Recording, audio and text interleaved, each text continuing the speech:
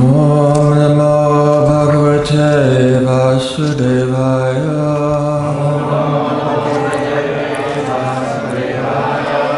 Om Namo Bhagavate Vasudevaya.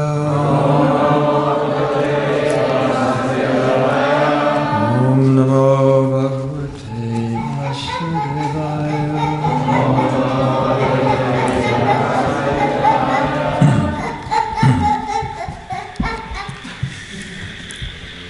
Reading from Srimad Bhagavatam, a very important, essential, and appropriate verse. Canto 10, chapter 14, verse 8.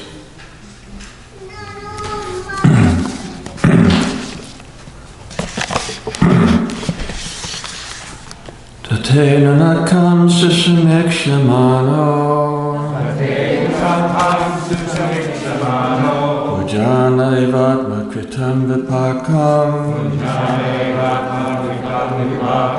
Edvagva parbir vidaran namaste. Jiveta yomukti padasadayavak. Tatena nakam susamekshamano. Punjana evatma kritam vipakam. Edva bhakvibir vidaram namaste.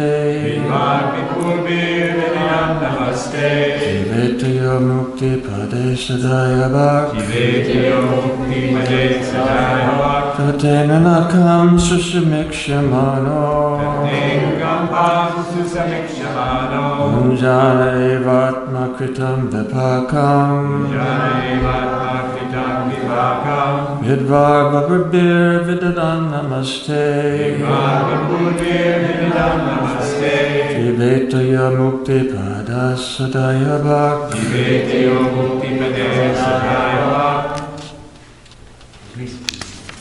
Tatenu kampang susamekshamano. Punjana evat bhakritam vipakam. Vidvak vipurvir vididan namaste. Jivetyo mukti pade sadhayavak.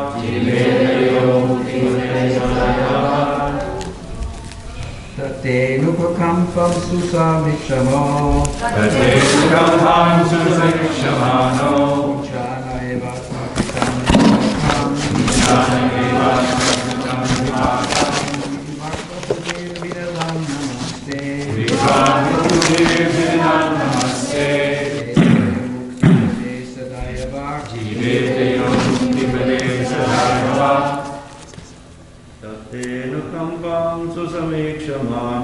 Tatenu kampam susamekshamano. Punjana evatma kritam vipakam. Advigava purvir vidadan namaste.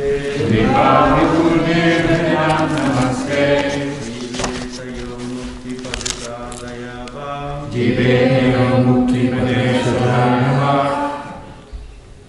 Tatenu kampam susamekshamano. Punjana evatma kritam vipakam. Vapapurvir vidadan namaste. Jiveta yomukti pade sadayava.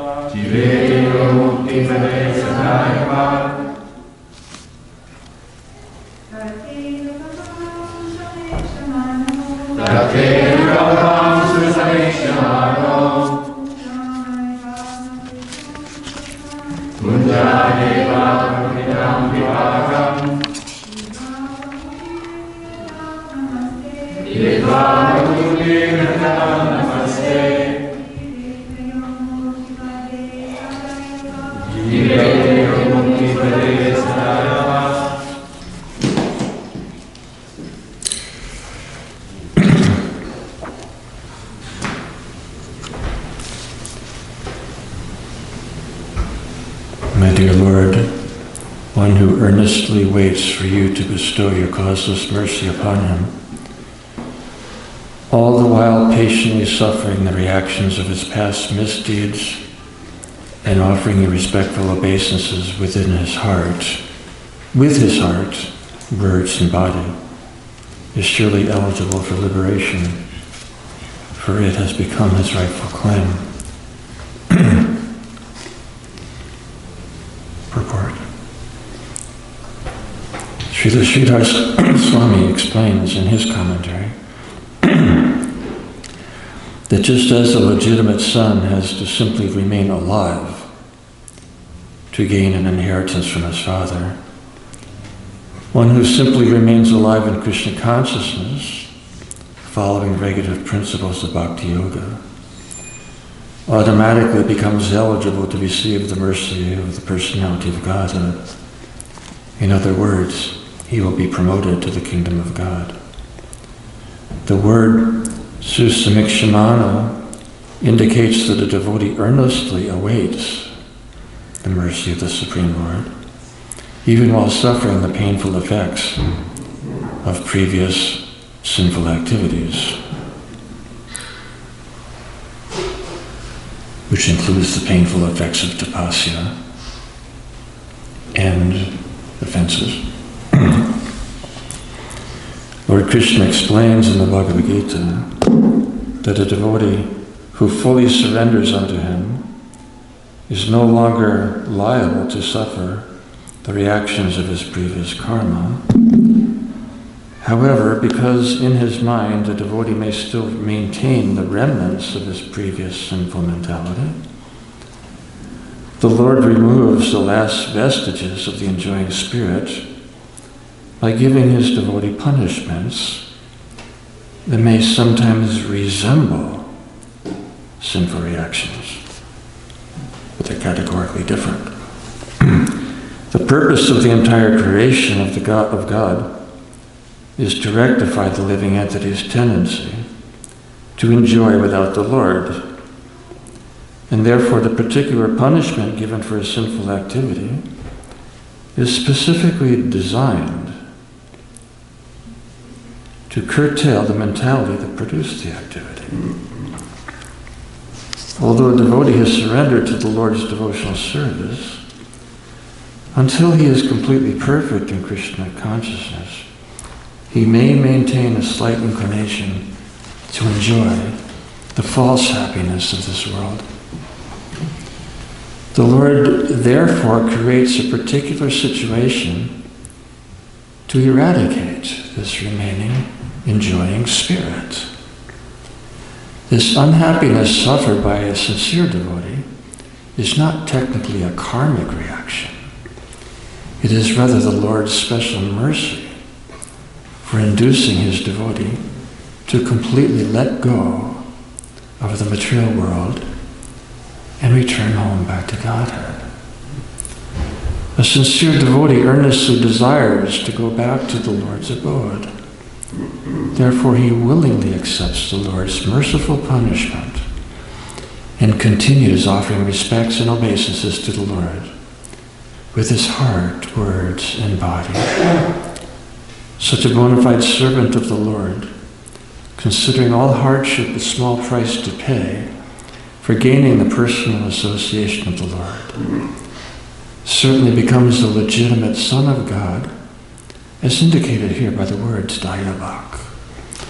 Just as one cannot approach the sun without becoming fire, one cannot approach the Supreme Pure Lord Krishna without undergoing a rigid purificatory process, which may appear like suffering, but which is in fact a curative treatment administered by the loving personal hand of the Lord. Translation again, please repeat. My dear Lord, one who earnestly waits for you to bestow your causeless mercy upon him, all the while patiently suffering the reactions of his past misdeeds and offering you respectful obeisances, with his heart, words, and body, is surely eligible for liberation, for it has become his rightful claim. Om Ganatadamandasya Ganajana Shalakaya Chakshurinmritam Yena Tasmai Shri Gurave Namaha. Lord Brahma, the founder Acharya of our Sampradaya in ancient times,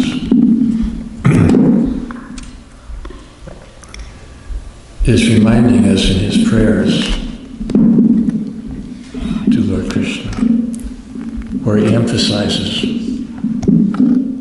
offering obeisances with your heart, words, and body. He's reminding us that your heart is the part of your human form that worships and comes to know and love Krishna, tattva and truth.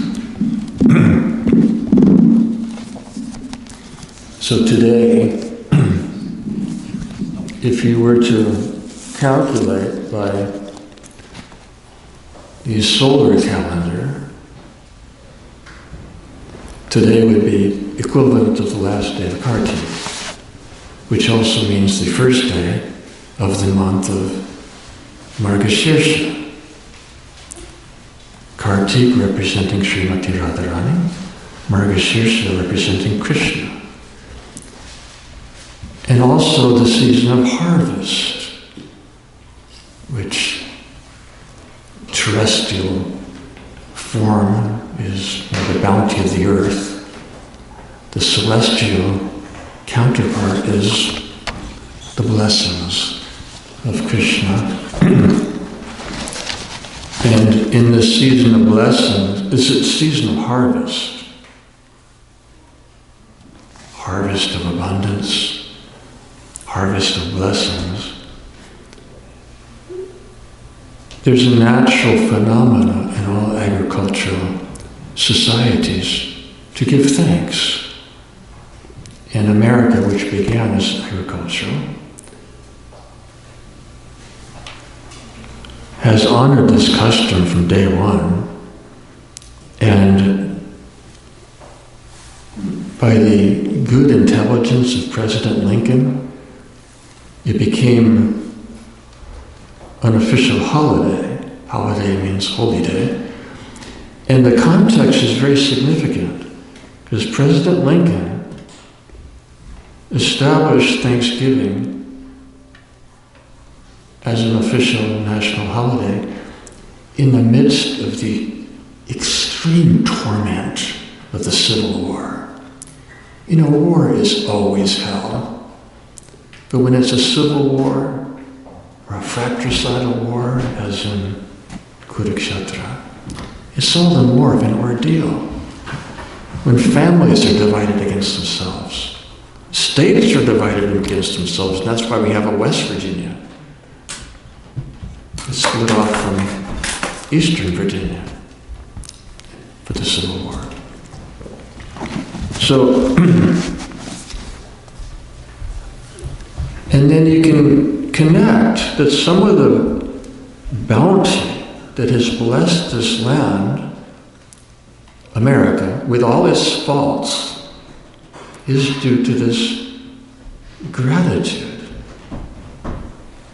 expressed in thanksgiving, which includes such sacraments as charity, sharing with those who are not so bountiful. So, blessings which warrant a response of gratitude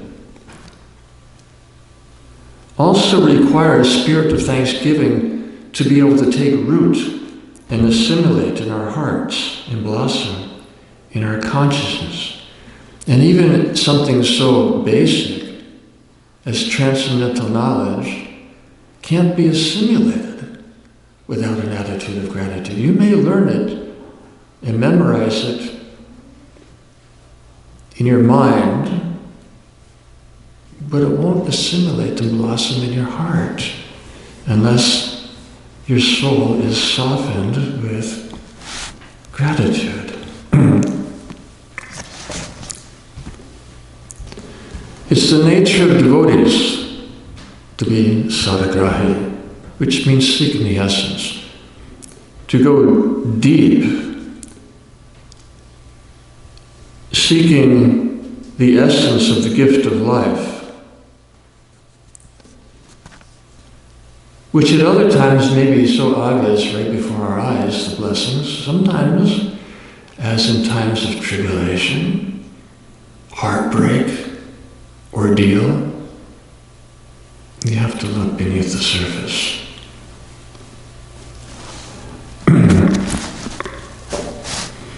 Because we may miss them due to an attitude of entitlement or a tendency to take things for granted. May make us oblivious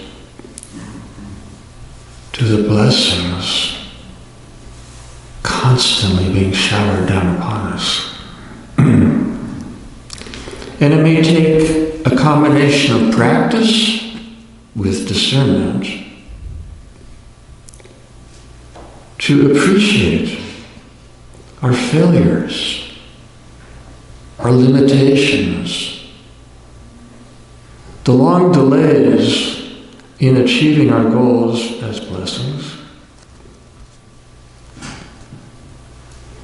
Because that's how Krishna helps us to cultivate a spirit of forbearance, tolerance, patience, which is the means by which we develop character, which is the only way to experience the kind of hope that never disappoints. And is basically how we become strong, by trials. And true satisfaction with fulfillment and empowerment comes to those who find gratitude in the obstacles and the challenges. And when we adjust our vision to see them as such, the grace within them becomes most tangible. So Thanksgiving is a practice of connecting with the good, cultivating a level of gratitude that forms a, what would you call it, sympathetic vibration, vibrational match with Krishna's grace, by which we become receptive to it. When we're thankful for what we do have, that spirit of gratitude will naturally extend to past and future to attract and acknowledge more blessings and grace in our lives to bring us to a deeper level of perceiving divine presence within and around us. Gratitude is the very highest of all material emotions, which means it's within our grasp.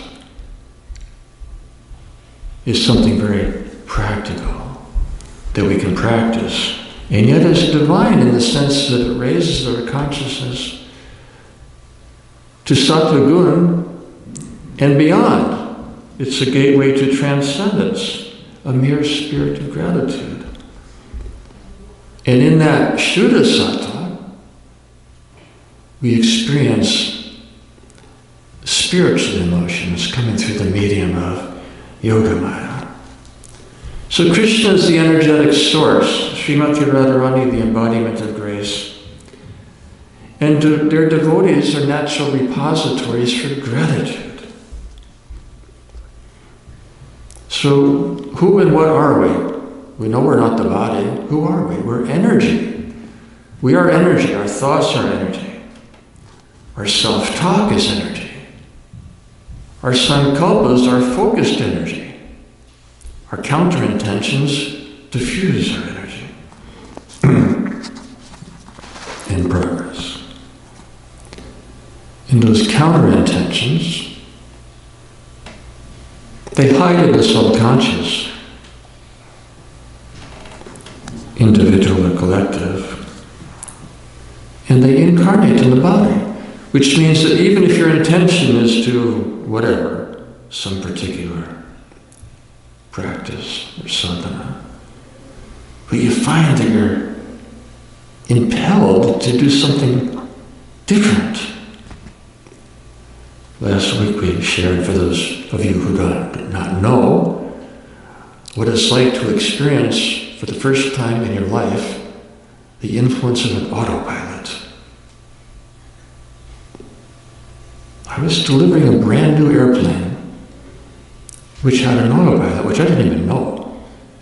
Because, the aircraft I was cleared for didn't have electronics, didn't even have electricity.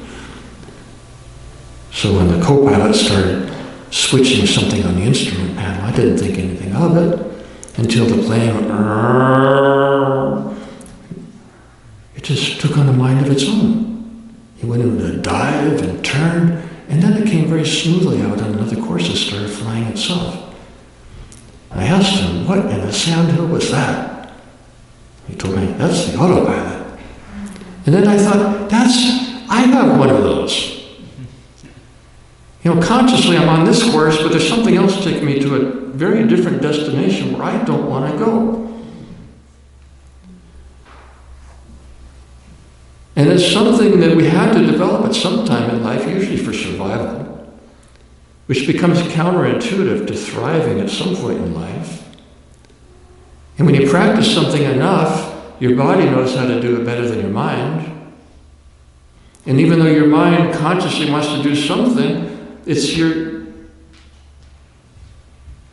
nervous system is actually running the show.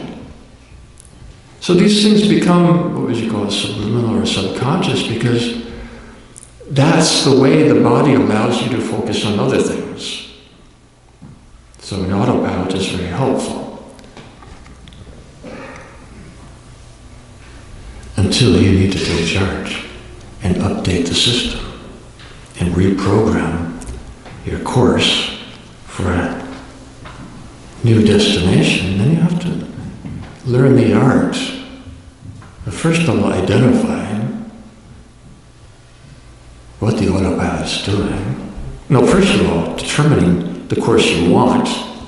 Secondly, with establishing your intention, your sankalpa, and aligning it with your sadhya, your goal, then be aware of the counter-intentions that are taking you, seducing you off course. And that's why Krishna consciousness, which is, a very elevated state, it requires practical awareness, discretion, discernment, introspection, looking for the anarthas that are hiding in the outer regions of the heart. They can't reach the inner regions, but the outer regions.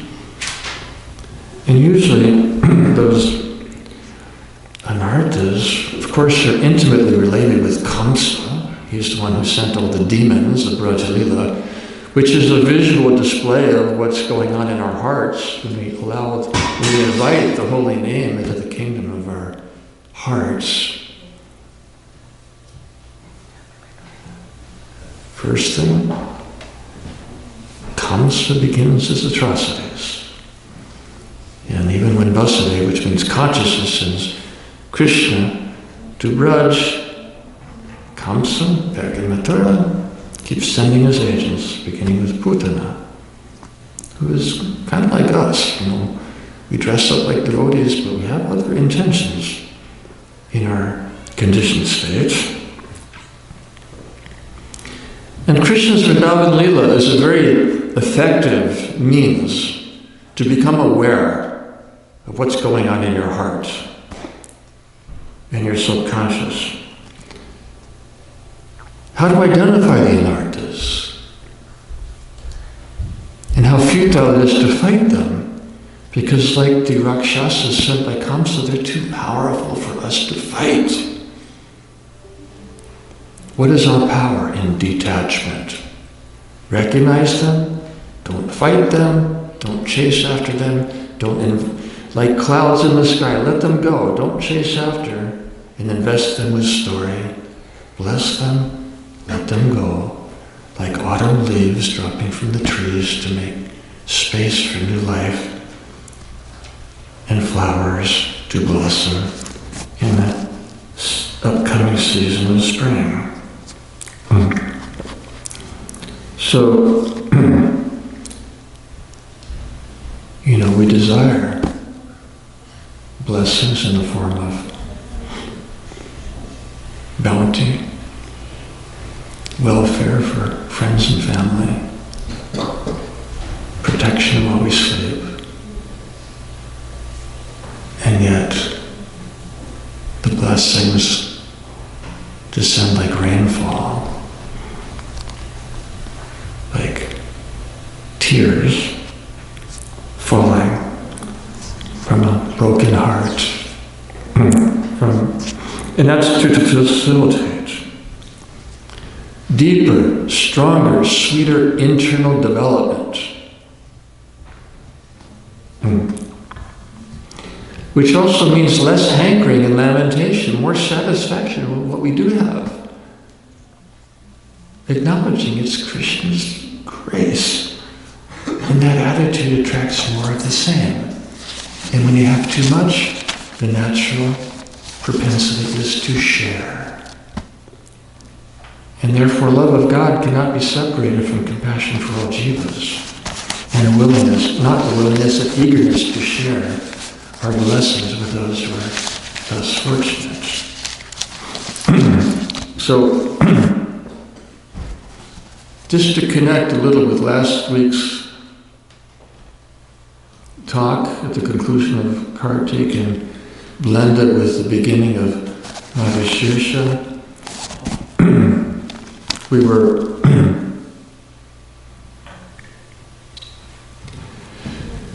basing our discussion on that delightful conversation in the 4th chapter of Adi Lila,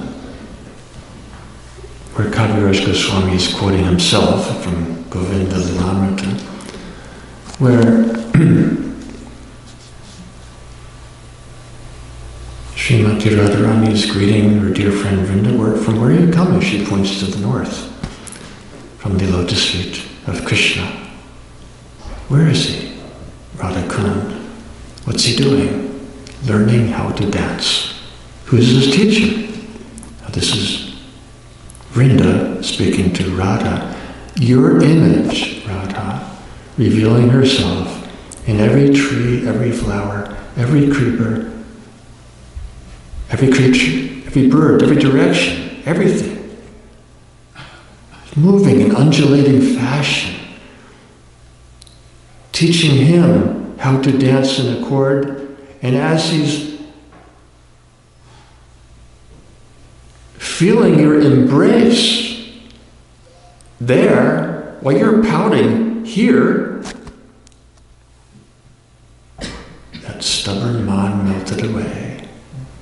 And even Krishna's obstacle was overcome by the process of nam, which should be accompanied by smaranam, which leads to darshan. So,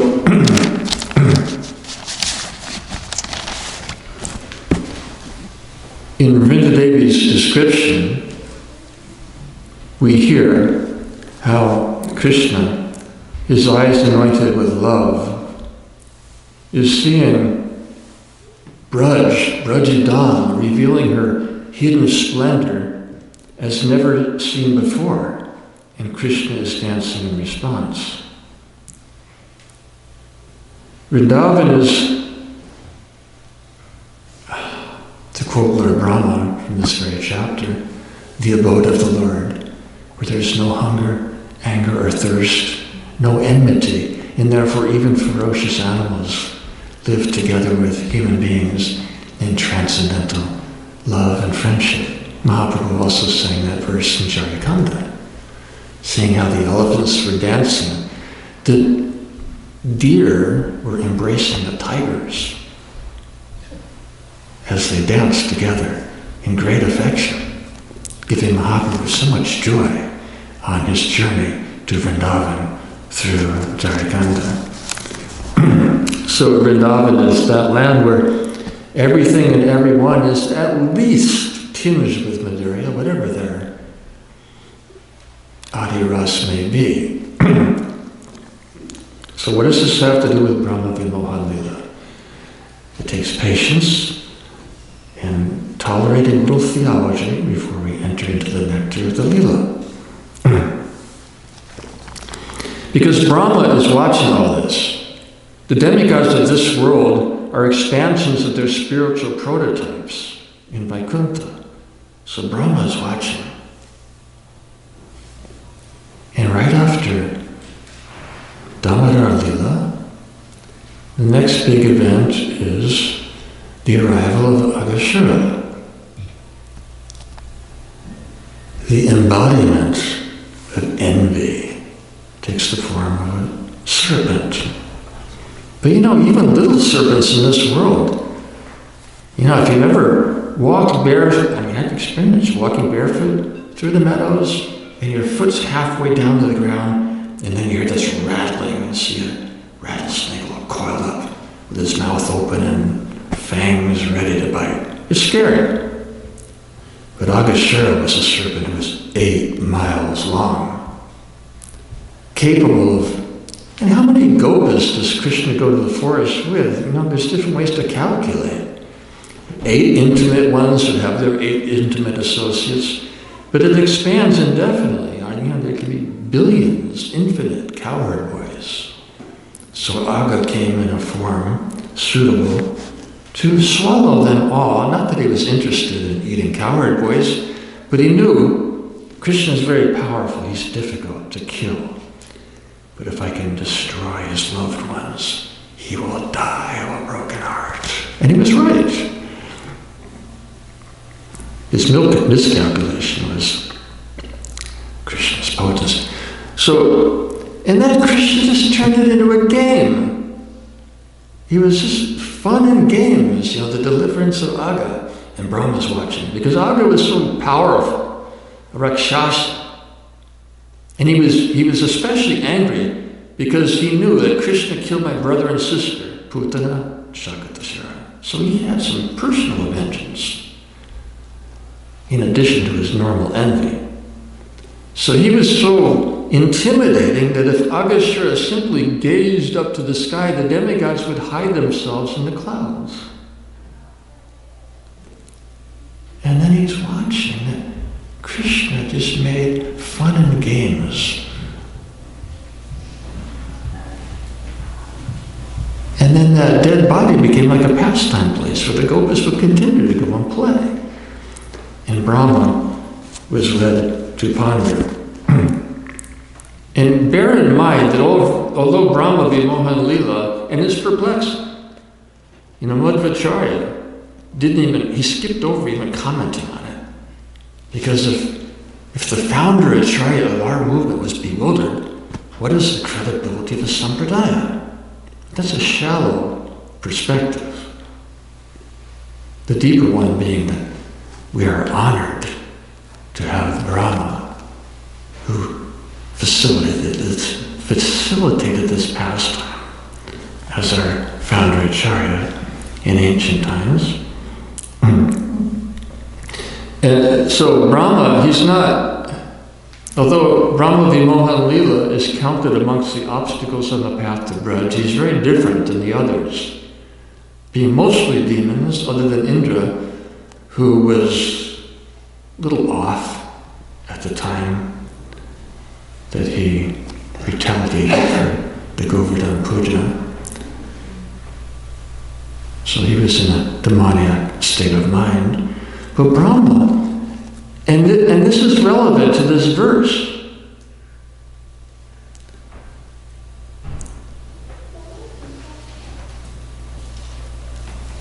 because who is Brahma? He's, up until, or before the appearance of Jesus, he was known as the only begotten Son of the Lord. But different from Jesus, Brahma was born without the need of a female, born of the lotus. And he was proud, being the only begotten Son of the Lord. And the universe was his object of pride because he's a secondary creator. But the main thing to appreciate in this Brahma Vimohan Lila is that Brahma wasn't envious. And the thing is, when he composed this prayer, those who patiently forbear the miseries, he was still enjoying the pastime. This prayer is really a premonition of what's to follow, which is very significant. Anyway, Brahma's watching, and he's wondering, who is this Krishna? He appears to have all the power of my father Narayana.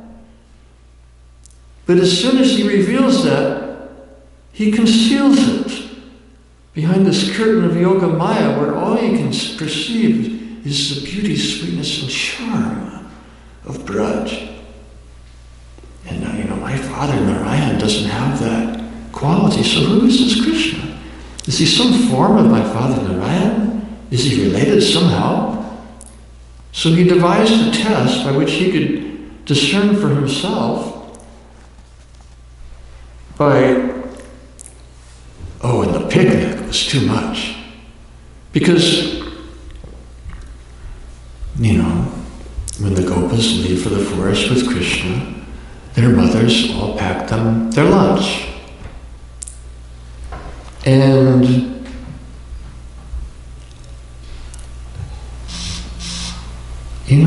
when somebody prepares lunch with love and devotion, you can taste their affection in the meal. So Krishna is very eager to taste the affection of all the mothers.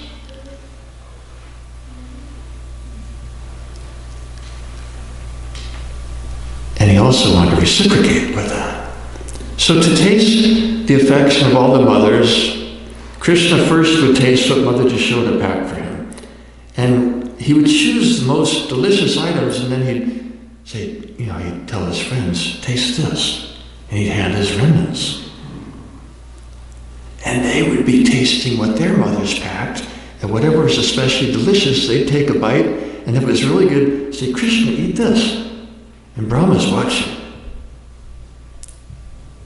Krishna is eating. Krishna, who Shastra declares eats only oblations prepared in purified ghee, further sanctified by mantra, and offered in sacrifice,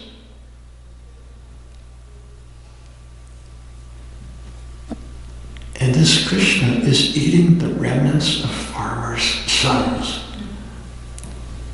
And as he would say in the slang, it blew his mind. So he engineered another Leela. He didn't really engineer it, he facilitated it by stealing the calves and gopas. And Yogamaya hid the real ones in a cave in a state of suspended animation for a year, while Mahamaya expanded duplicates for Brahma to steal. And why did Brahma do this? Because he wanted to see. he believed that whatever he witnessed would follow, would indicate who this personality is. And he was wondering, what's he going to do when all his calves and gopas disappear? Is he going to get bewildered? Is he going to pray to me for some revelation? Or is he going to do something wonderful that I can't even imagine? And it turned out to be the latter. Because Krishna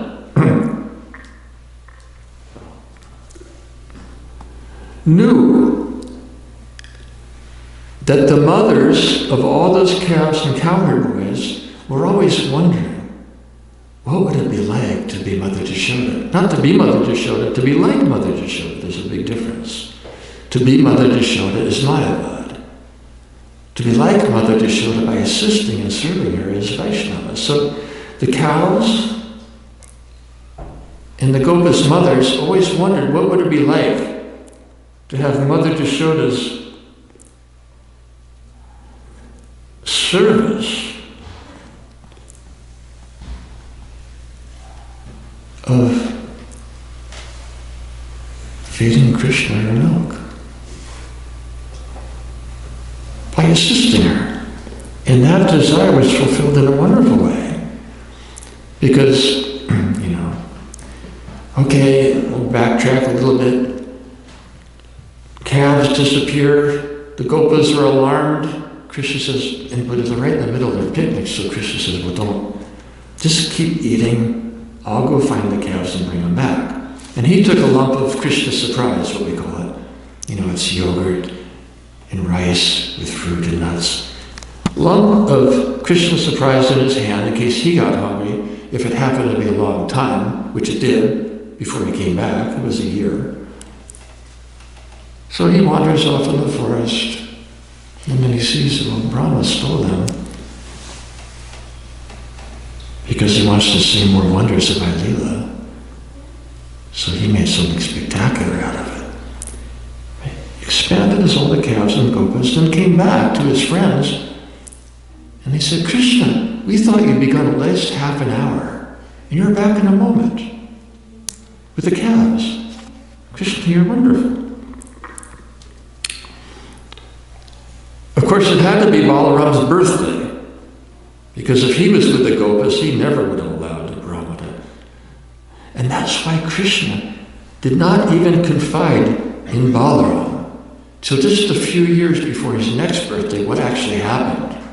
Because Balaram was thinking, something's very different this year. This is some kind of Maya. Is it Devi Maya? Or is it Rakshasi Maya? Are the Rakshasas creating this scene to kill us when we're off guard? Or is it Krishna's Maya? It's definitely not my Maya. So he asked Krishna, whose Maya is this? And Krishna said, it's mine. But Krishna couldn't reveal it to Balaram because he did not want that Balaram would experience separation from Sri Dhamma for 1 whole year. So he kept it secret. But then Balaram seeing,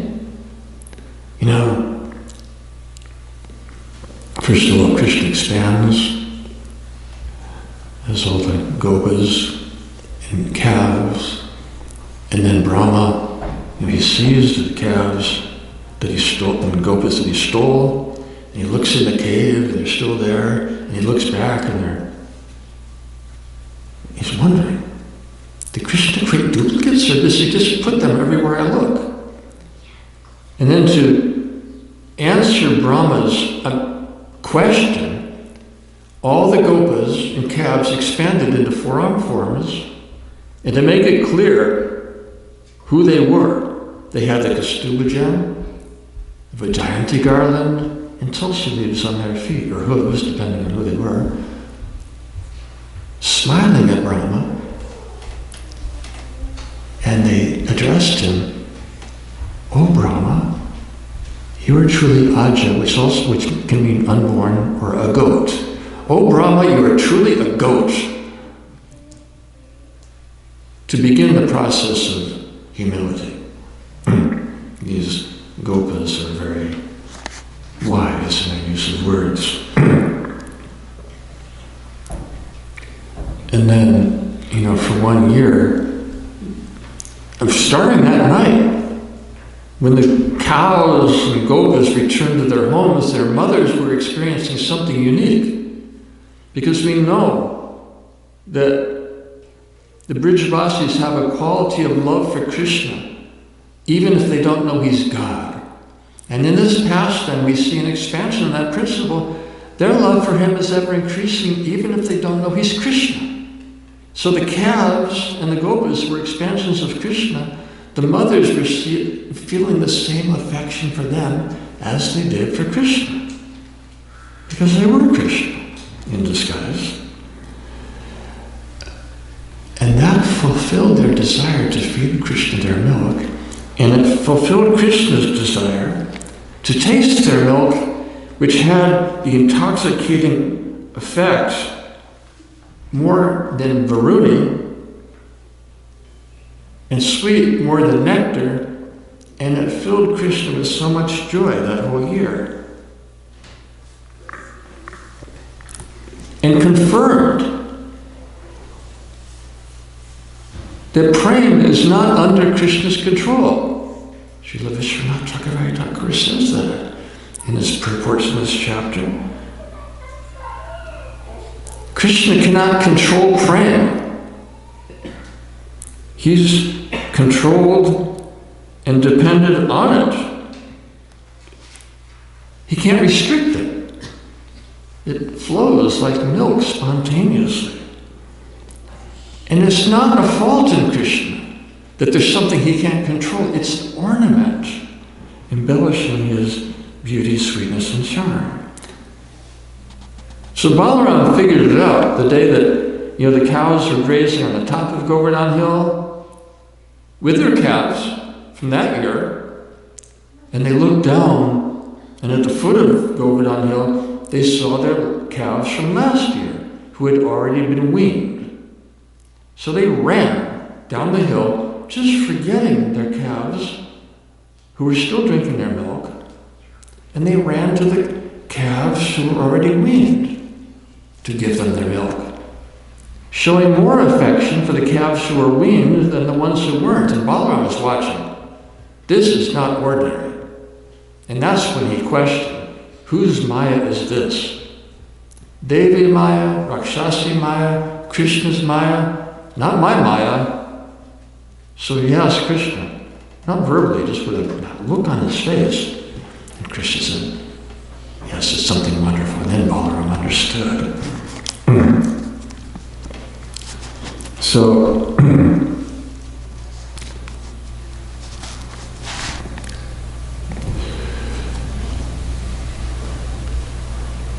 then Balaram offered his prayers, which were, and this is the first chapter that was not translated and commented on by Srila Prabhupada. He left this world right in the middle of the Brahma Vimohan Lila, just before Brahma's prayers. So look at those prayers to get context for this famous one. So Srila Prabhupada's followers, citing Vishwanath Chakravarti Thakur, say that verse where Brahma is, before praying, he's glorifying Krishna. Scientists and philosophers and seers may someday be able to count all the grains of sand in all the beaches of the world, or all the snowflakes in the Himalayas forever, or all the stars in the sky, but they'll never be able to count your glories. And Srila Vishwanath Chakravarti Thakur says, this is not rhetoric, this is real, because as Sankarshan, he's already counted all those elements. And in reciprocation with his thousands of hoods ever praising the qualities of Krishna, he never reaches the end of one day's pastime. So this is literal. And then after establishing, that's, should be your first element in prayer. Adoration. Before your confession, after which you give your thanksgiving, followed by your supplication. So So after his adoration, and the other very appropriate prayer,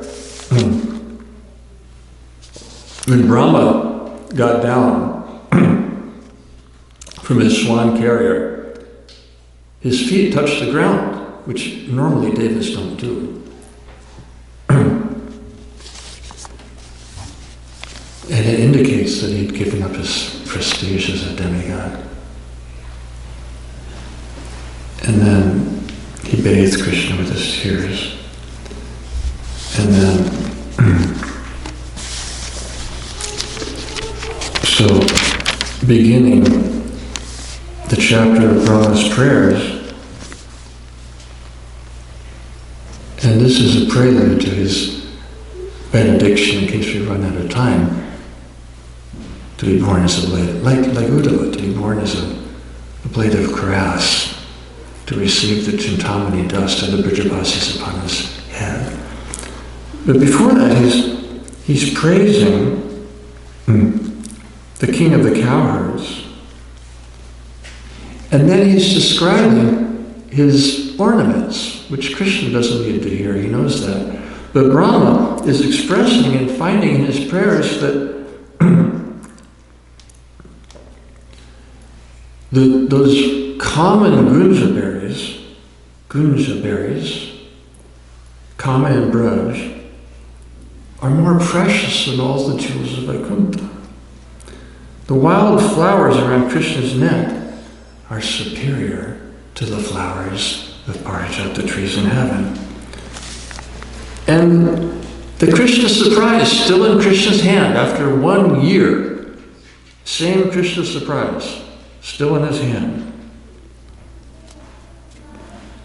indicates the superiority of Krishna over all the avatars. So Brahma's gaining great realization in the course of this pastime. And then he praises Krishna as being like a father, which literally is to Brahma, who sometimes gives his child milk and sometimes bitter ninjas. Or here in Vrindaban, we're more familiar with ginger juice mixed with cayenne if you're sick. And it's very potent, but it's not especially relishable. But Brahma's praising Krishna as giving just what we need to overcome our particular ailment. And what's waiting is the inheritance of the Father, when, through our challenges and tribulations, and delays and disappointments, we mature to the point that we're worthy to receive our natural inheritance.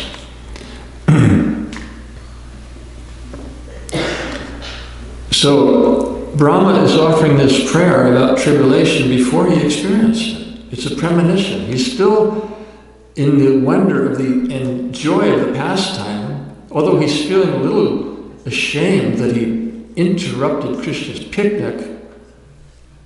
Other than that, he's not experiencing any tribulation yet. That's soon to follow.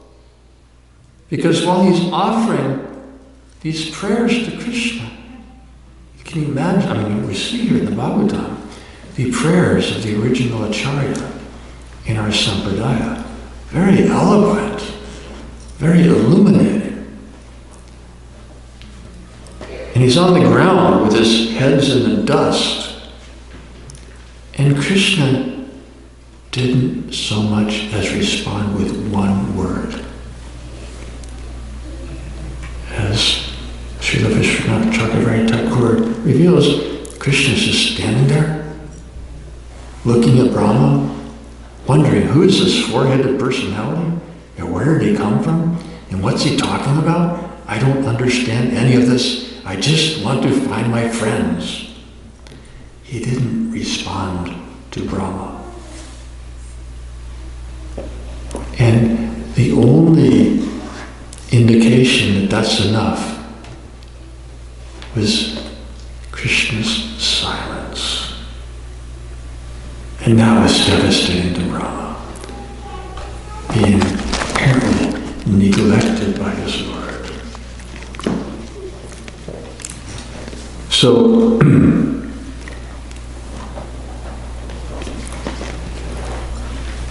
Brahma returned to his planet, feeling really morose, really devastated that Krishna just neglected him. But as we know from Gopi Gita, that Krishna's withholding his reciprocation is his reciprocation in bringing us to higher levels of gratitude. So then Brahma reflected that, it's what we were talking about last week, that certain unfinished business of various avatars is fulfilled in the next appearance. So Brahma was thinking that by considering myself to be the creator of this universe, and the universe itself as an object of my possession, which is false ego, has deprived me of the nectar of Krishna Prema and the mellows of Vrindaban.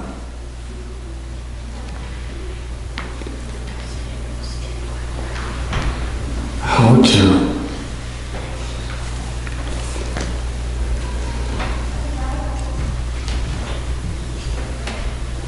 to complete this lila?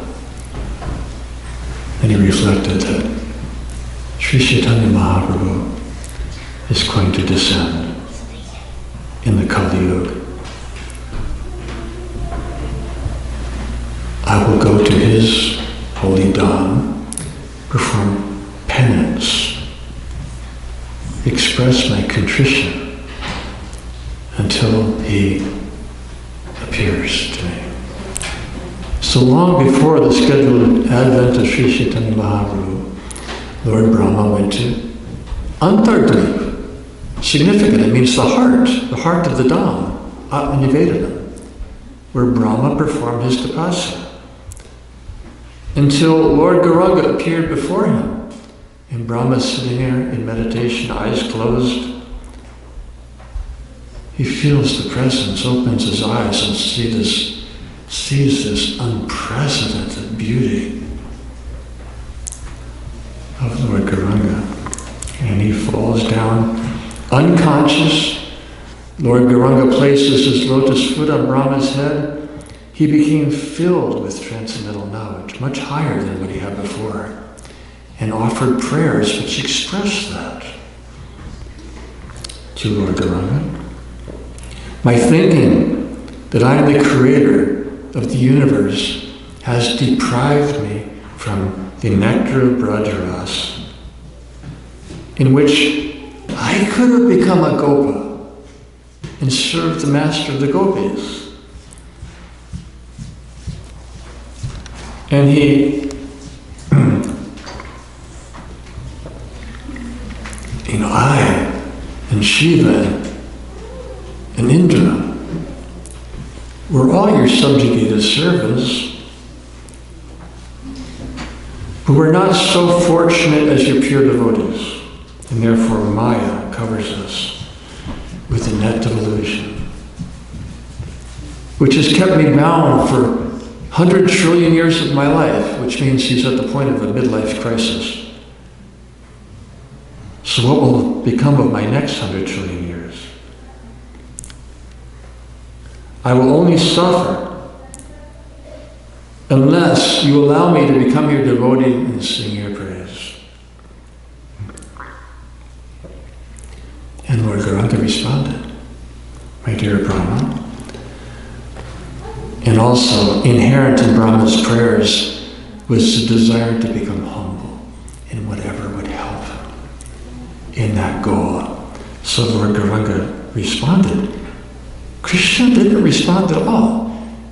Lord Gauranga responded. Such a beautiful prediction. That before I appear in this world, Lord Gauranga is saying, you will appear first in a Yavana house,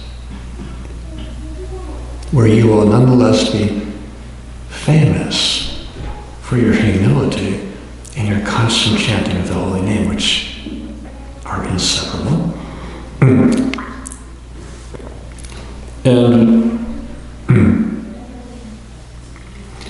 when you depart this world, your desire will be fulfilled in seeing me face to face, at which point you will attain Navadvip Dham eternally, absorbed in Bhakti Ras. And then Lord Gauranga revealed the real antar, the real heart, the secret heart of the whole matter. After telling Brahma what will become of him, Lord Gauranga tells what will be his intention in coming. He says that here, these antar words, confidential, heart of the matter. I come as a devotee to taste the nectar of Bhakti Ras, as well as to propagate this most rare Sankirtan movement. I will take all the devotees of all the previous avatars and make them drunk with the mellows of Vrindavan. And amongst them, my desire will be fulfilled, which is to understand the love of Srimati Radharani. Being beyond my comprehension, I will appear with her sentiments and complexion to taste the happiness she experiences in serving me, and unlike what happened in Krishna Lila, to share that taste with all the world. So today, act as my disciple and serve me eternally as Namacharya Haridas Thakur. And then Lord Gauranga disappeared. Brahma fell down in the dust of Navadvip, drenching the earth with his tears, until he eventually took birth in that Muslim family as destined. So,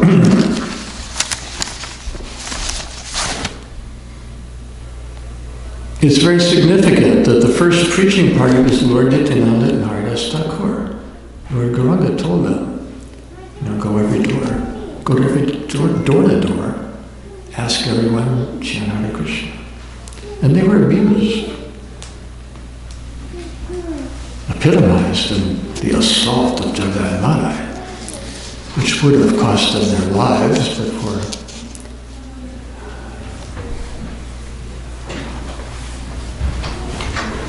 the intervention of Yogamaya. So,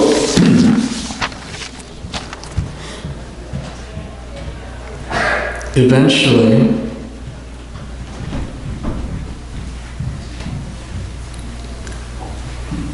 backing up a little bit, Haridas Thakur, his preaching partner was Lord Nityananda. Very helpful to have an avadut combined with someone like Haridas Thakur, rejected by his own family of the Avanas because he chanted Hare Krishna, rejected by the Smartas because he's born Brahmin. When life arranges opportunities, you become nowhere, no one, nowhere, nothing. What's left? Pure consciousness, which means service attitude.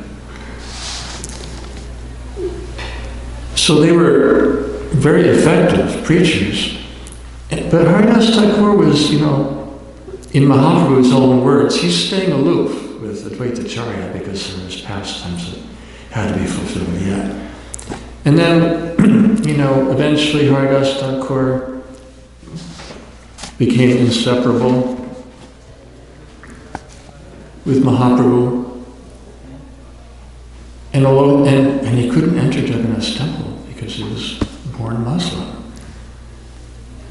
And Mahaprabhu would personally, sometimes through Govinda, deliver Jagannath Prasad to him every day at the Siddha Bakula. So then when Govinda is delivering the Prasad and he sees it, Haridas couldn't even sit up to receive it. He's lying on the ground chanting very slowly and softly. He told Govinda that you brought me Mahaprasad, so I cannot neglect it, but I'm ill, so how can I take it? Govinda reported that back to Mahaprabhu, who came himself and asked Haridas, are you well? He said, my body is well, but my mind is not. Mahaprabhu said, can you ascertain the nature of the ailment? And he said, yes. I can't finish my rounds, which means 300,000 names a day. And Mahaprabhu said, you're already liberated. You've fulfilled your mission. You don't have to be so strict. And then Haridas's prayers, and just consider this as a continuation of Brahma's praise. Haridas prayed, my Lord, you are the one who made me dance in so many ways. You honored me with a Shratapatra, though I was born Malecha. And in spite of all your blessings upon me, I have one desire that I've harbored for a long time. And he's alluding to, this is the real source of my current ailment.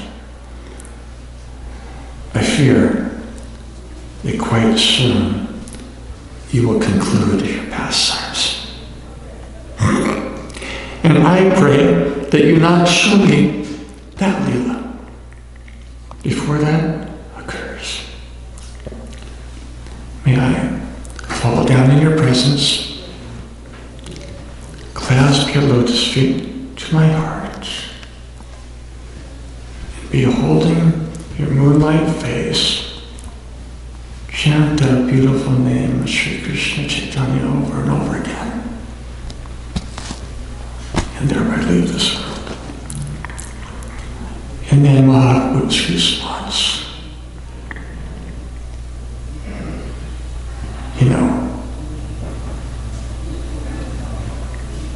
Our goal is to transform our tests into testimony, and here you have it, Mahaprabhu's response to Haridas, that whatever happiness I've experienced in life is only due to your association. So it's not befitting that you go and leave me behind. And then Brahma's response, Brahma Haridas, we call him, his response, my Lord, do not create another illusion. You have millions of devotees who I would cherish having the dust of their feet upon my head. I'm so insignificant. If an insect dies, what is the loss to the world? So then Mahaprabhu left and gathered his associates and returned. Mahaprabhu began singing the kirtan, leading, the Kreshwar Pandit dancing, Lord Chaitanya glorifying Haridas as if he had 5 mouths, alluding to Anantashesh. And all the devotees were struck with wonder as Haridas took the dust of all the devotees upon his head, and chanting Sri Krishna Chaitanya over and over, he departed this world much like Bhishma of his own accord. Lord Chaitanya bathed his body in the ocean and declared that this site is from now on a great place of pilgrimage. Then Lord Chaitanya did something he never did before or since. He began begging for boga, for the feast of the passing of Haridas Thakur, and he himself, Lord Chaitanya, was serving the prasadam, and he could not serve anybody less than what 5 men could eat. So Sri Damodar said, well, you just take prasadam, we'll serve. And he did. After which Lord Garuda gave his benediction that anyone who's seen this festival for the passing of Haridas Thakur or participated in the festival we hold every year or chanted and danced here, offered sand on his samadhi, will very soon attain Krishna. There is such wonderful potency in remembering Haridas Thakur. Krishna's grace gave me his association. That's Mahaprabhu's thanksgiving. And when he desired to leave, I was unable to detain him. Like Bhishma. Haridas is the crest jewel in this world. And now bereft of that jewel, the world is diminished. And then he began leading all the devotees and chanting, all glories to Haridas Thakur, who revealed the wonders of the holy name. And then we're going to bid farewell to all the devotees in mixed feelings of joy and despair.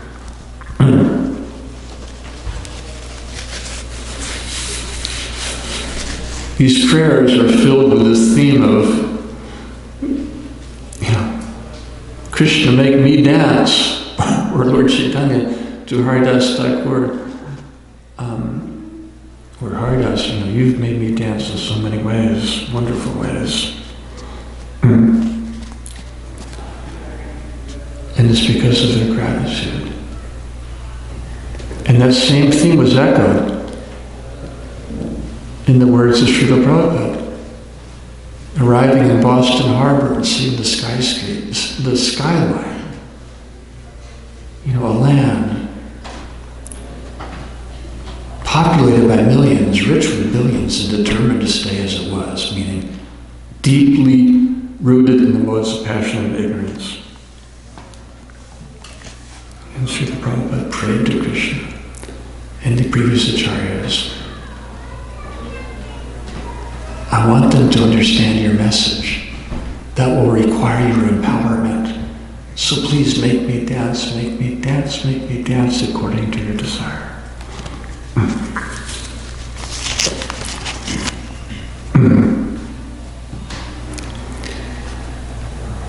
And if we cultivate worthy gratitude for the supreme blessing in our life, that Srila Prabhupada came to us, then that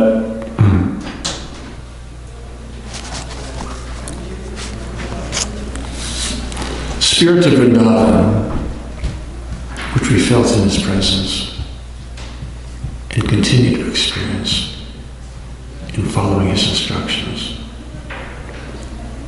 will make us dance to the melodies of Vrindaban in preparation to that final homecoming when we go there. Thank you very much. Are there any questions or comments? Yes? Two things.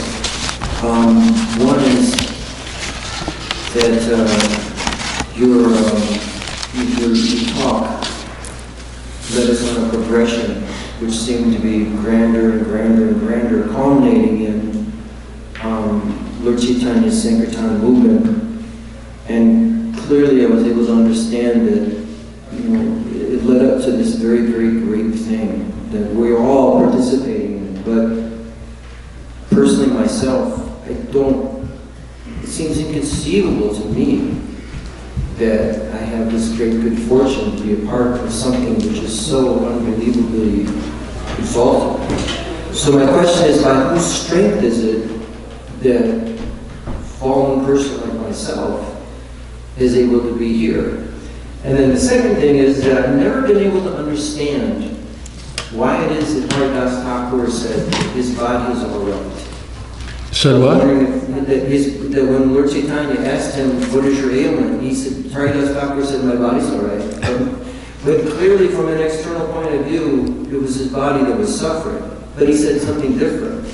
So I was wondering if anybody had ever commented on this before and what was the significance of all that. Why he said like that? So there's two parts of things. So the first part of your question is how inconceivable it is. Oh. By whose strength is it? By whose strength? Well, Srila Prabhupada answered both those. When the devotees asked Srila Prabhupada, how can we conceive of our good fortune? Srila Prabhupada appreciated what he saw in Butler, that there was churches everywhere, and those old churches, made out of stone and timber, were clearly fashioned with great devotion. He appreciated that. But he also noted that hardly anybody is attending. So when the devotees said, even in our Western religion, there are exalted souls, and yet we've achieved something much higher. How can we fathom this? And he said, I have created your good fortune. That one statement says it all. Srila Prabhupada's response, I have created your good fortune. That's the definition of causeless mercy. There's no cause in us. The cause is in higher powers who took compassion upon us. And that's related to the second part of your question, why Haridas would say, my body is fine. He was very elderly at that point. But he wasn't sickly. So he said, my body is fine, and then Srila Prabhupada comments on this, because he wanted to emphasize that the real disease is we can't complete our vows.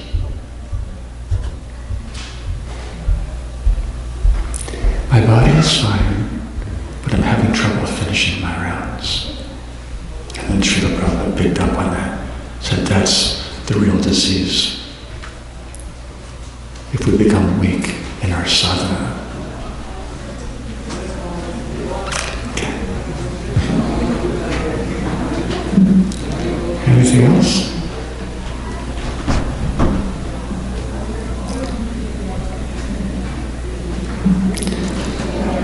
Before we go any further, the other obstacle that this pastime represents of Brahma and Mahanula is the thought that the Aishwarya, the majestic feature of Krishna, is higher than the Madhurya, the sweet charm and innocence of Braj.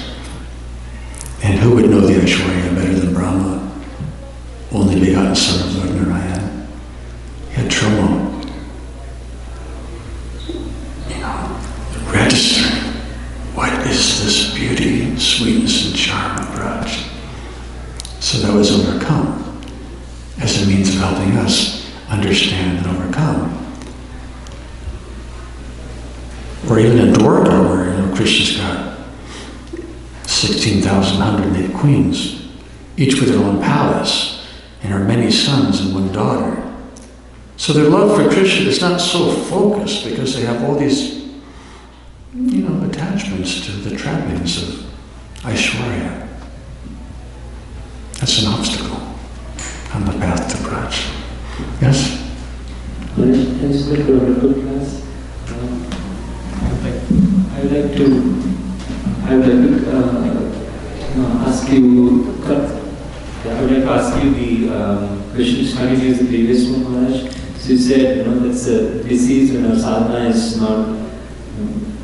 The sadhana is not steady. So it all happens because sometimes we have a lot of other factors also comes into play. So I'm also struggling with maintaining the higher standards. So how do I achieve that level?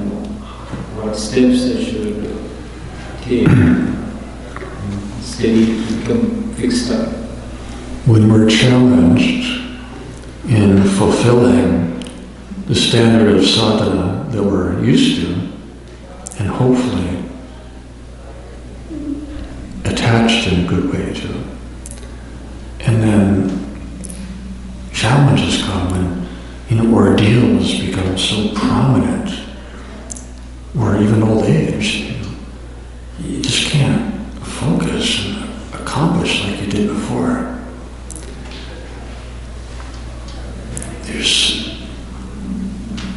certain considerations One is the relationship between quantity and quality. Because even one holy name will bestow Krishna Prem if your heart is so fully open to embrace it. So, if you have to trim down some of your cherished practices to focus on an overpowering situation, first thing is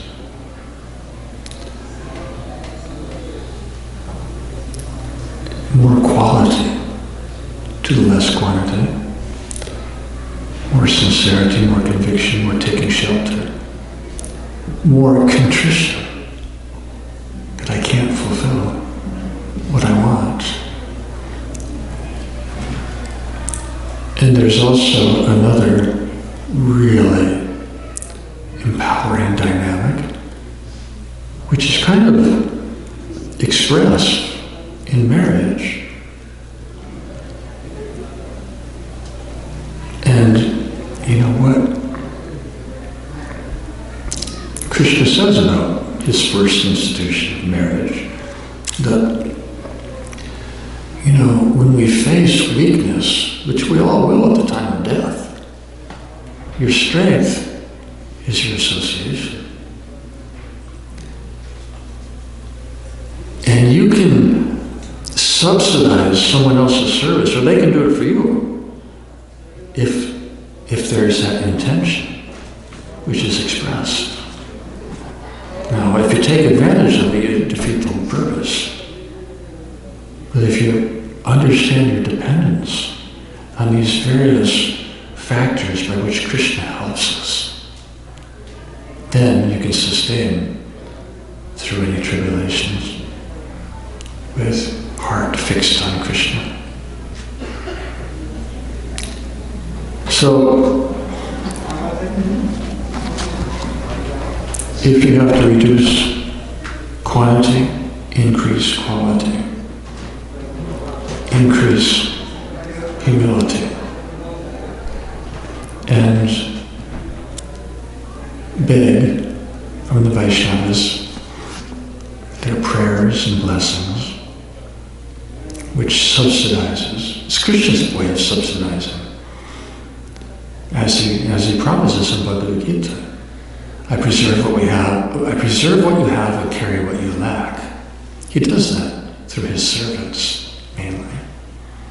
So be attentive to all those sources that can subsidize in our poverty. Okay? Thanks so much.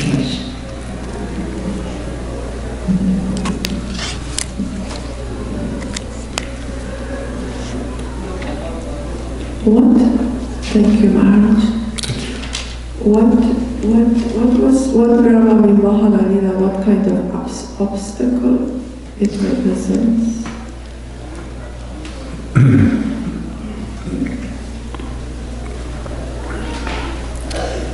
The generic understanding given by Srila Bhaktivinoda Thakur is considering Krishna's Aishwarya to be superior to his Madhurya. Now, you can break that down into different categories, like the intellectual prowess of our acharyas is awesome, isn't it? But don't think that's superior to the sweetness of their poetry and song. Furthermore, the Aishwarya is actually a servant of the Madhurya. Srila Vishwanath Chakravarti Thakur reveals in the morning, from the sprawling city of Nandagram with aqueducts bringing in fresh water from the mountains, huge golden city gates open, Krishna and Balaram ride out on splendid chariots drawn by magnificent steeds to deliver prasad to the sages in the forest. And where is that in Krishna book? It's there, but is concealed by the sweetness, beauty, and charm of Gopal. But every now and then, that Aishwarya, which is covered, like the sun behind a cloud, kind of peeks through and gives a kind of illumination to reveal things you didn't see before. And it's exciting. Furthermore, Braj Leela is just one series of obstacles. We experienced some of that here in Vrindaban. How are obstacles overcome? There's so many techniques, but the ultimate, and the reason for the obstacles, in its essence, is to increase the love. The foremost impossibility in Braj is for Radha and Krishna to associate after she's married to Abhimanyu. How do they overcome that obstacle? Srila Prabhupada explains in Nectar Devotion that Abhimanyu had to go off out of town on a business trip. So he took his blessings from Jatila and said, I'll be back soon. So he goes off. And then when shortly after Abhimanyu leaves, Krishna assumes a form identical with Abhimanyu and comes home. And Jatila said, you're back early. He said, oh, my dear mother, the separation from you is too much, so I came home early. And her affection for her son just expanded, although it wasn't her son, it was Krishna. And when Abhimanyu comes back, Jatila is assuming that this is Krishna impersonating Abhimanyu, and she runs after him with a broom, swatting him with it. And he's calling, my mother, can't you even recognize your son? Get out of here, you imposter. And Krishna's living happily with Radha and Yadvat. Another time, and this is just not to get enchanted with the Leela, but the supreme theology is in the Leela. Jatila and Katila are always, and they have their spies, looking for evidence that Radha and Krishna are associating. So Katila hears, soft voices in the room. She's eavesdropping, and it's Krishna with Radha. So she bursts in to catch him red-handed, and Krishna jumps out the window. But in his haste, he left his flute on the bed. So Katila takes the flute in one hand, Radha in the other, takes her out of the courtyard, calls all the elders. I now have the evidence. She's caught red-handed. And then Purnamasi, who's the supreme guru in Braj, arrives. What are you doing to Radha? She's crying. And she said, this is really serious. They've been associating, and here's the evidence. And Purnamasi burst out laughing. And Jatila was so upset. A grievous episode like this, and you're laughing. And she said, don't you know? It rained flutes last night. Let's go to Katila's bed. And there was 8 flutes on Katila's bed. Let's go to Jatila's bed. And there were 16 flutes. And then that instigated a whole domino effect of increasing love to overcome the obstacles. And that's why Krishna cherishes his Parakya Bhav. That's why, all these arrangements between Kirtanam, Jashoda, to get Radha and Krishna married, they always fail. Sometimes they happen, but then everybody immediately forgets that it ever happened. Because in the Swakiya, it has the peace and propriety of being a socially accepted relationship. It doesn't have all the adventure and all the love and humor it takes to overcome those obstacles, which is why Krishna loves it. Now, but we have to understand how to defend Krishna and Guru for this Parakya Bhav. You have to defend it if need be with so many angles of support. In Philadelphia, one time, a Bengali professor came to meet Srila Prabhupada. And right from the start of the conversation, he was just criticizing Krishna. He's immoral, because he's got all these, he dances with these girls who are not his wives. And Srila Prabhupada very patiently answered from every angle to defend Krishna. And the man kept criticizing. He's immoral. Finally, Srila Prabhupada said, you're immoral because you're stealing Krishna's property, calling her wife, and enjoying her.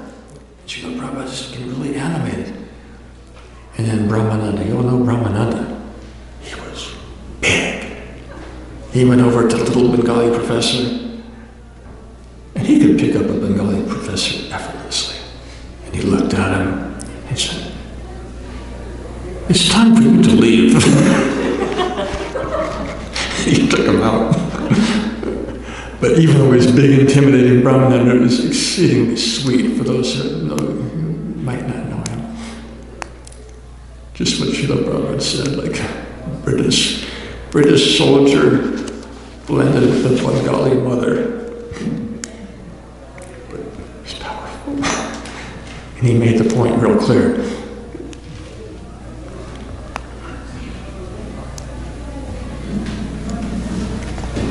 So Krishna relishes his parakit above, but we have to be prepared philosophically to defend him against any unnecessary accusations, to protect the person who's from committing offense. And that's why Krishna is so reluctant to reveal that Braj-lila.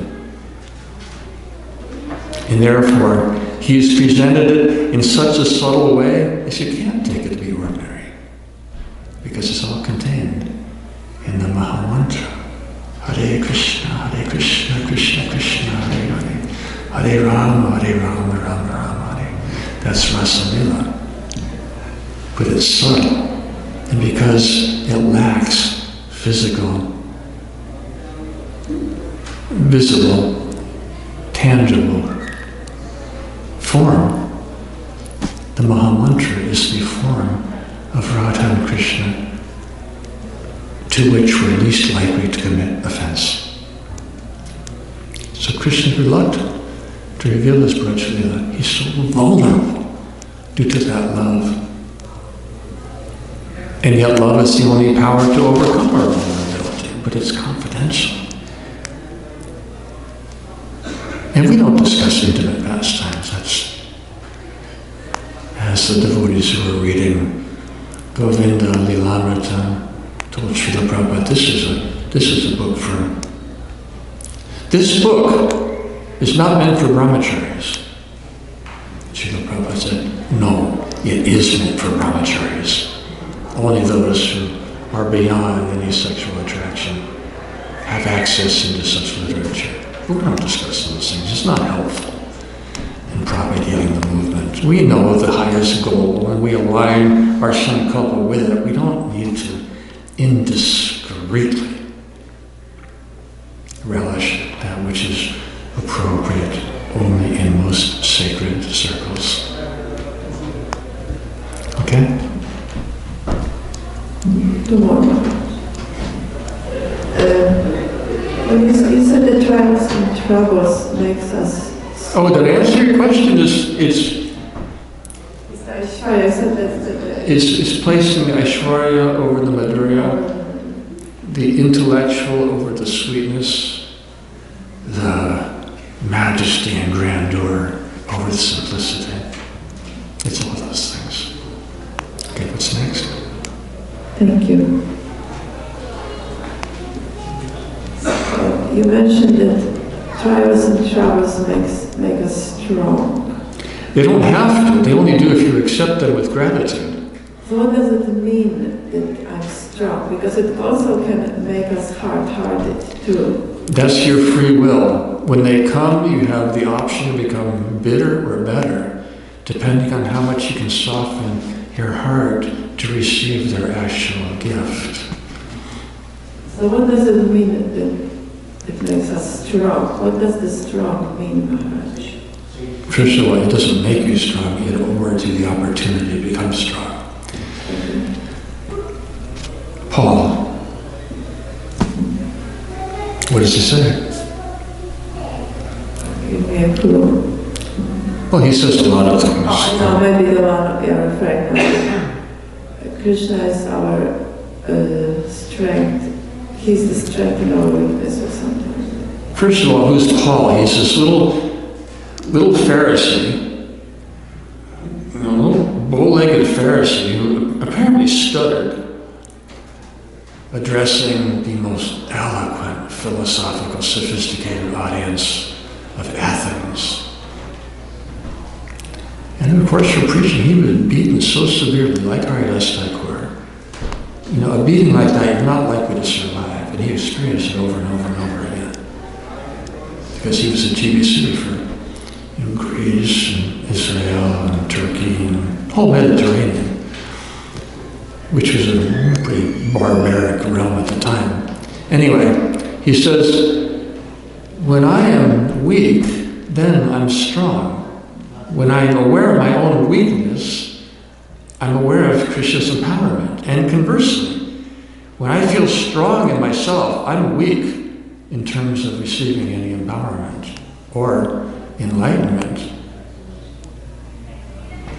or even practical guidance how to perform such an impossible mission. So that's the context, you know. When I'm weak, I'm strong. When I'm strong, I'm weak.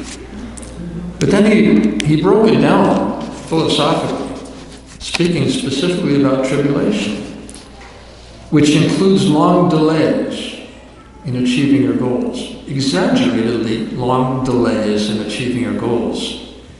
You know, that's in the same category of tribulations, extreme difficulties and suffering in your sadhana. They're all interrelated. So he broke it down quite systematically.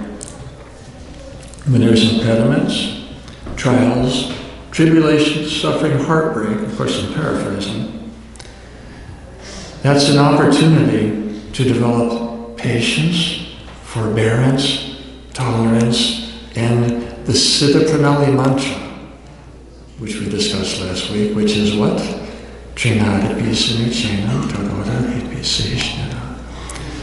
It's a great opportunity because you're going to realize at some point if you don't practice those virtues, you're going to perish. Your hardened heart will make you so emotionally toxic you'll poison yourself. So better be grateful. Practice patience, forbearance, tolerance. Not just tolerating, but to the extent of praying for your enemies. And what that does to undo your false ego. That's not what we do with this system. Consequence. Anyway, those things, just lump them into one category for simplicity, tribulation. Gives you the opportunity to develop forbearance, tolerance, compassion, kindness, sweetness, gentleness, which are real power, by which you actually do develop character. And you have to have character to have the kind of hope that never disappoints you. And what is that equal to? Krishna. That's equal to Krishna. The hope that never disappoints us means it's related to Krishna. But there again, Krishna is preparing us to receive our inheritance, which will destroy you until you're qualified. But it takes humility to understand the nature of the treasure bequeathed to us. Otherwise, you'll misunderstand it, you'll waste it, or you'll become complacent and just take it for granted. So to bring us to that level of gratitude, Krishna places in the situations by which we have to develop the prerequisite virtues: patience, tolerance, acceptance. Because with acceptance, you stop fighting it. And then you take your power back.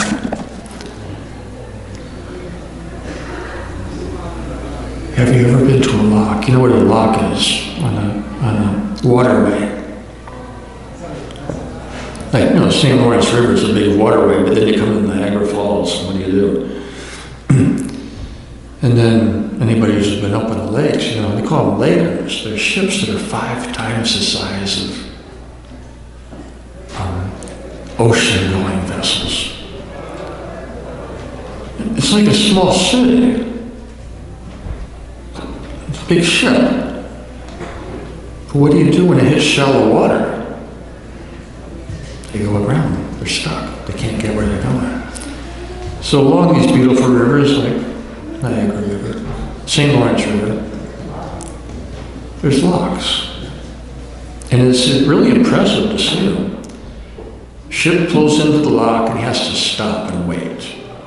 Because what's happening? Ship's coming in at this level, going out at this level. How do you facilitate the transition? You go into the lock, and these big gates close in front and behind the ship. And then you watch this huge ship, 3 times the size of ocean-going vessels, start rising. You don't hear anything. There's no machines running. There's no sound. And this huge ship is rising. Then it stops, the gate opens, and he sails off on the higher water level where he can clear the shoals and the other things that'll destroy him.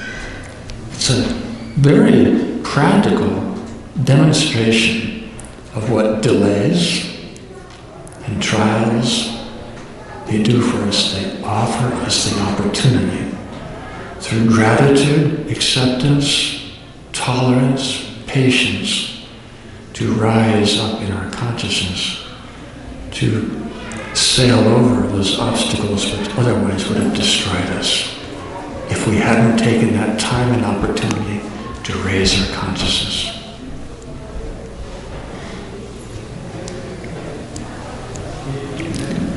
Wow. Anyone has anything? So I'm going back to Kartik month and Damodara, where there's a few times in the verses there's a prayer to Krishna to become visible.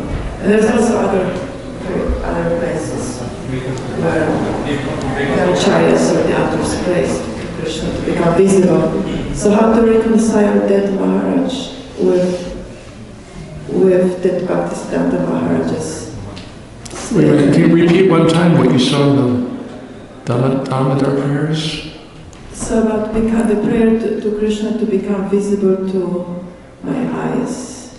Oh, yeah, may that childhood lila continually play in my heart. Yeah, become visible. Become visible. And there's other places, even to Jagannath become visible to my eyes. There's places where we hear that prayer. Well, even Isha Upanishad, Lord, if I can't remember at the time of death, you see me. Remove your Brahmajyoti so I can see your form on the other side. Yeah, so there are prayers for the scripture, wanting to see Krishna. So we have that desire, and then, there is this statement by Bhaktisiddhanta Maharaj that we shouldn't pray to see Krishna, we should act in a way that Krishna wants to see us. That's not only that's not only a consistent wording in Srila Bhaktisiddhanta Saraswati's teachings. Furthermore, it's the instruction he gave Srila Prabhupada at his initiation. Don't try to see Krishna. Act in such a way that Krishna wants to see you. So you're thinking there's some dichotomy between wanting to see Krishna and not wanting to see Krishna? We want that Krishna wants to see us. So we shouldn't pray every day during the Kartik month, please become visible to my eyes. So That's an exalted prayer, but it's infused with the spirit that I only want you to see me if I'm pleasing to your sight. So therefore, work on making your heart a suitable place to welcome him when he does appear. Yes, we should desire to see Krishna on his terms.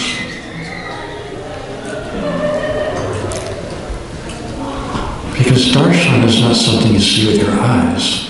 You can have that at any time.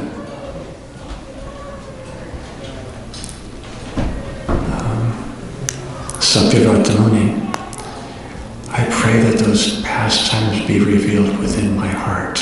That's true darshan. That's the only part of your existence you can truly worship and understand Krishna with, your heart.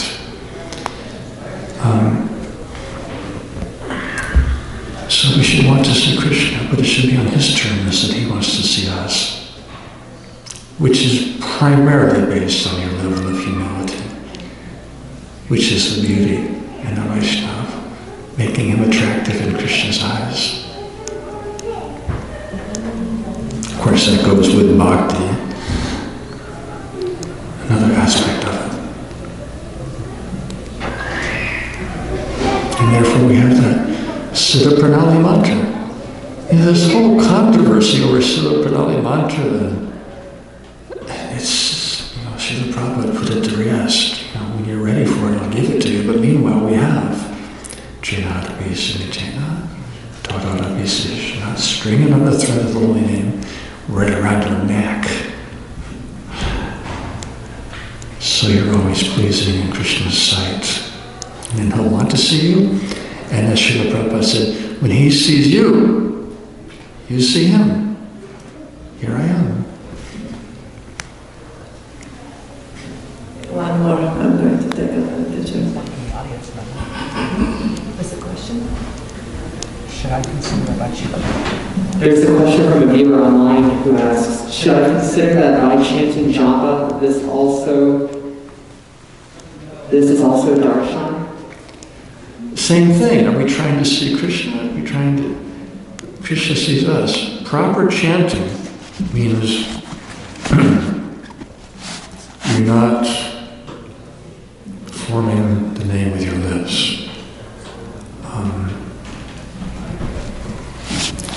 Proper chanting means when you open your heart for the holy name to descend to the core of your heart, from where, which, and how the holy name reverberates on your tongue.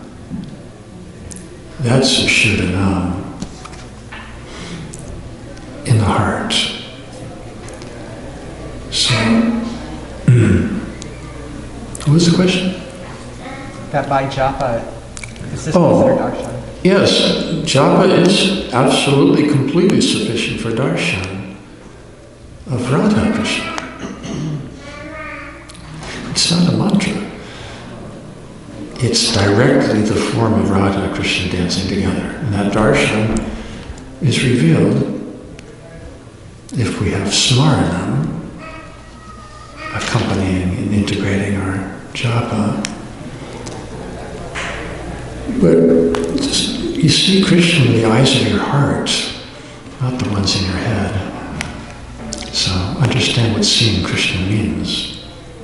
And you see him with the eyes of your heart when he reveals himself within your heart. And that's all. And there's no other way. What to speak of is japa sufficient? There is no other way. Or, no, not just japa, chanting is complete, which includes japa, the internal, sankirtan, the outer. Japa, the vertical, sankirtan, the horizontal.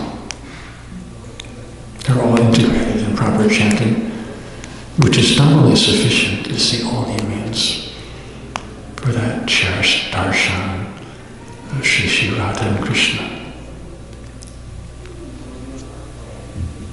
Same with Guru. We see a person as we know people to be. But the sublime spiritual empowerment within him, that's the real guru, who appears in different forms at different times that we can see with our physical eyes, but that's not the darshan. Darshan is hearing his message and responding in a way that reveals the real nature of that relationship.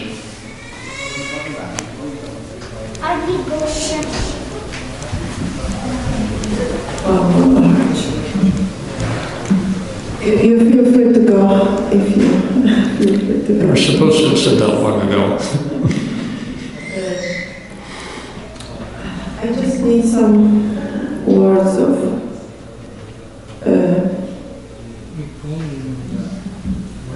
salt, maybe, or hearing. Sometimes I hear the news. It seems like we live in quite a turbulent times, and That's undeniable. And the future is quite Bleak. What? Bleak. Bleak. And the social structures seem to be quite shaky. And what? The social structure and Right. what's happening. Yeah. So, would you offer some words to... That's when Krishna appears, when things are the most dark and bleak and hopeless situations. That's when Krishna appeared to Vasudeva. That's when Lord Gauranga appeared in Navadvip. That's when Srila Prabhupada appeared in America. The darkness has to reach a certain level before the full luster of the jewel can be cherished. Are you saying, Maharaj, that it's an opportunity for us to develop faith that somehow or other Krishna... We're not part of this external world. We're involved with it for now. And, you know, more dreadful than tribulations are pleasures. More challenging than tribulations are the pleasures of life.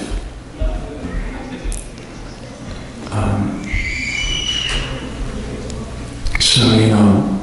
In our attachments to pleasures. Yes, that's the cause of your suffering, is your attachment. It's not only suffering, but delusion is involved in your attachment to the pleasures of this world. And I'm not saying we deride them, we ignore them, we don't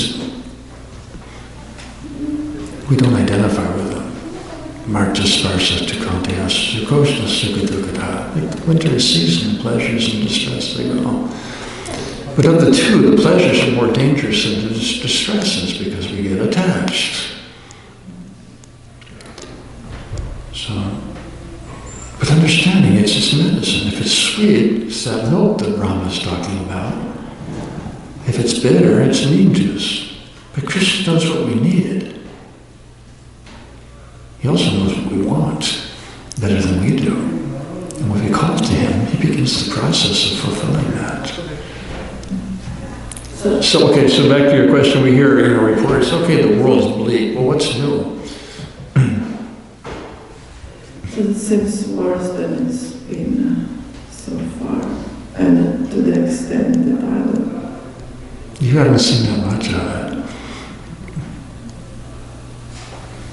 it. Your parents, their parents went through some real dark times. But that's what seems to me like it's coming to again, quite the dark times, Maharaj. It may be, because when the earth is infected with too many parasites, she may start shaking them off. She will. That's not our concern. Our concern that we know where the only shelter is. We take advantage of that in the proper way and share it with others. You know, Srila Prabhupada's first meeting, Srila Bhaktisiddhanta Saraswati, we've heard it a million times, but let it resonate until we don't need to keep hearing it over and over. Srila Prabhupada saying, you know, and that was a dark time in India. You know, the British, their abuse of the Indians which was nothing compared to the ridicule of the Vedas. You understand how dark a period that was? So Srila Prabhupada's first, like a mild challenge.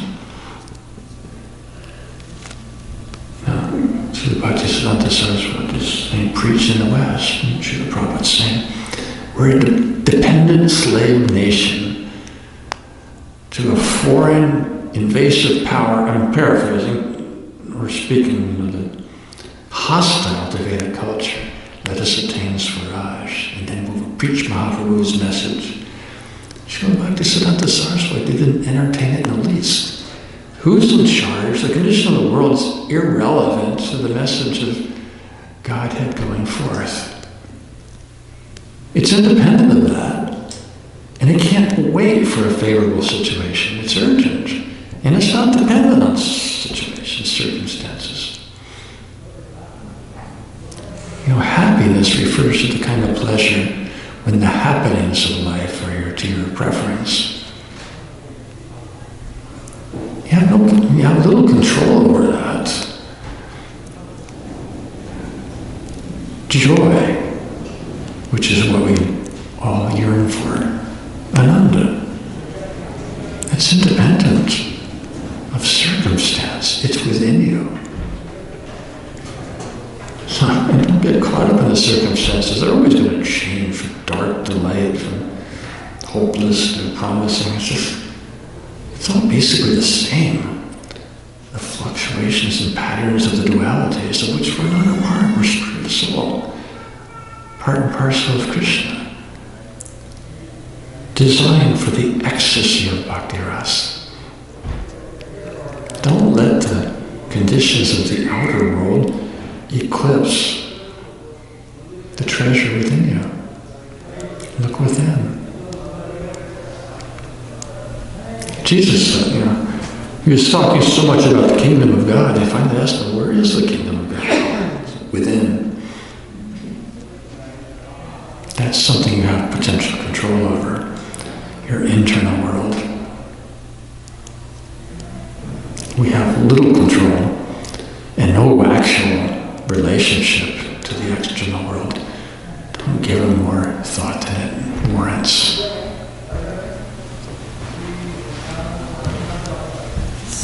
And remember that Krishna appears at the darkest times.